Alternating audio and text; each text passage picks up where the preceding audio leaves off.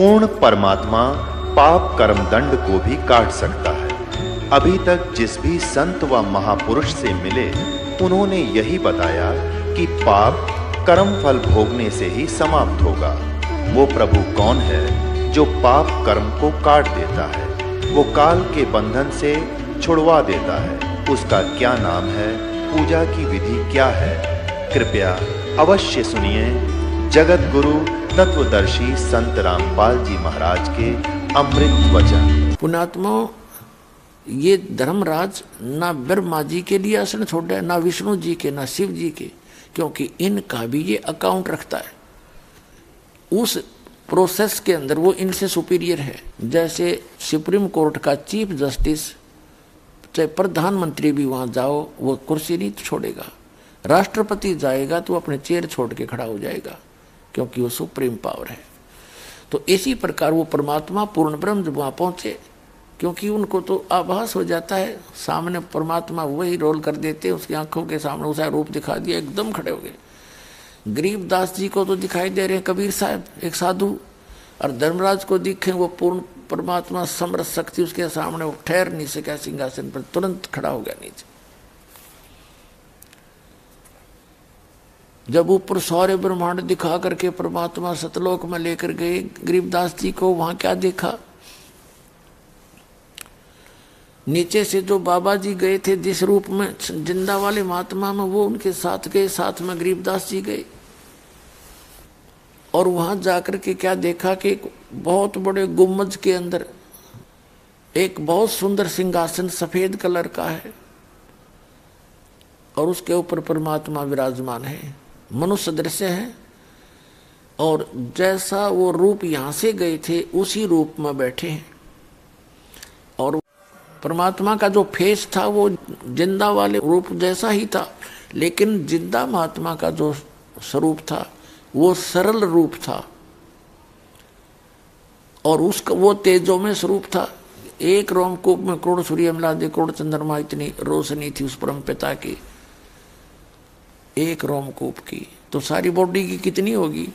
तो जिंदा महात्मा के रूप में जो नीचे से गए थे, उन्होंने वहां एक चंवर रखा था, चंवर उठाया, जैसे ये सफेद सफेद बालों का श्रद्धा से करते हैं अपने गुरु जी के ऊपर, तो ऐसे चंवर करने लगे जिंदा महात्मा वाले रूप में वो कबीर जी। तो गरीबदास जी ने सोचा भी परमात्मा तो ये है जो सिंहासन पे बैठा, बाबा जी तो इनका चेला चाला होगा, कोई चेला होगा या सेवक है। इतना सोच ही रहे थे, इतने में वो तेजो में शरीर खड़ा हुआ, सिंहासन छोड़ दिया और प्रार्थना की कि भगवान बैठो। अब जिंदा महात्मा के रूप में जो नीचे से गए थे वो बैठ गए सिंहासन पर जच के, और वो तेजो में शरीर खड़ा हो उठा के चंवर लेकर के उस मालिक पर, नीचे से गए थे जिंदा महात्मा सिंहासन पर बैठे, ओवरऑल कंट्रोलर के क्रिएटर के सिंहासन पर बैठे हैं, और वो तेजो में शरीर उन पर चंवर कर रहा है जैसे सेवादार किया करते हैं। अब गरीबदास जी बालक कभी यूं देखा, कभी उसका नहीं देख, उसकी तरफ देखा, ये क्या हो गया। इतने में तेजो में शरीर उस जिंदा महात्मा वाले शरीर में समा गया, और ऑन वो तेजो में रूप हो गया वो फिर एज इट इज, और अकेले वो पूर्ण परमात्मा के सिंहासन पर वो कबीर परमात्मा काशी वाले धानक वहां विराजमान थे।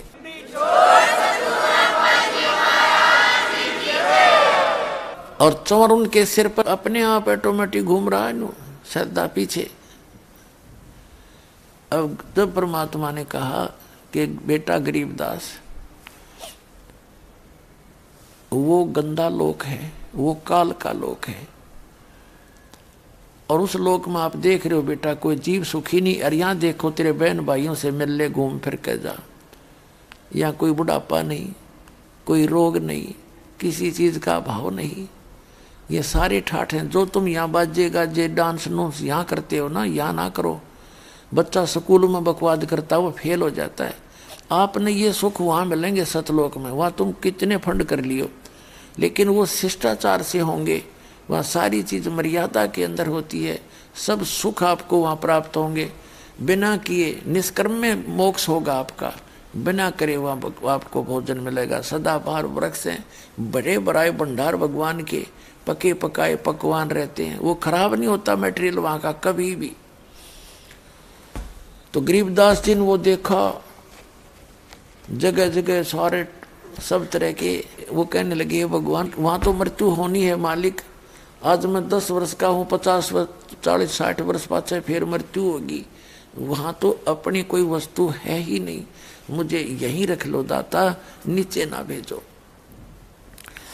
बालक था, रोने लग गया। तो परमात्मा बोले बेटा ऐसे नहीं बनेगी बात, जब तुम यहाँ से गए थे आप पूर्ण शक्ति युक्त थे, भक्ति थी आपके अंदर, लेकिन अब आपका वो भक्ति धन कति खत्म हो गया, और मैं ऐसा मंत्र दूंगा आपको, उस मंत्र का जाप करना। आप थोड़े ही मंत्र भी डेली कर लोगे तो भी आपको बहुत ज्यादा भक्ति धन संग्रहित हो जाएगा तेरा। और बेटा नीचे जा और सबको बता, इस तो आपने आंखों देख लिया, सभी को काल भगवान ने ये नकली संत पंथ बना के और ये धर्मों में बांट के सबको सीमित बुद्धि का कर दिया। और बेटा तू जा और ज्ञान दे, सबको समझा।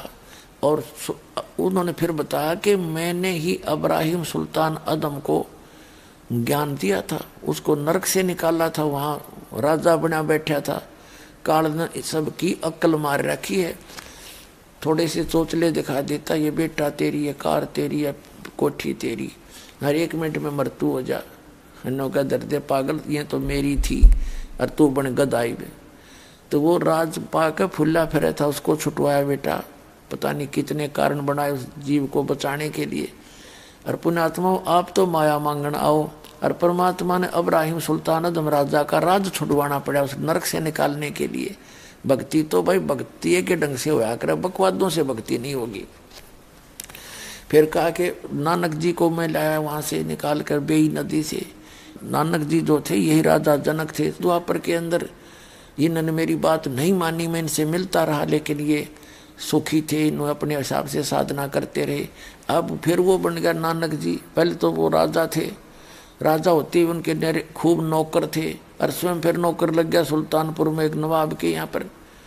तो परमात्मा कहते हैं तुम्हारे साथ ये ऐसे धोखा करता है।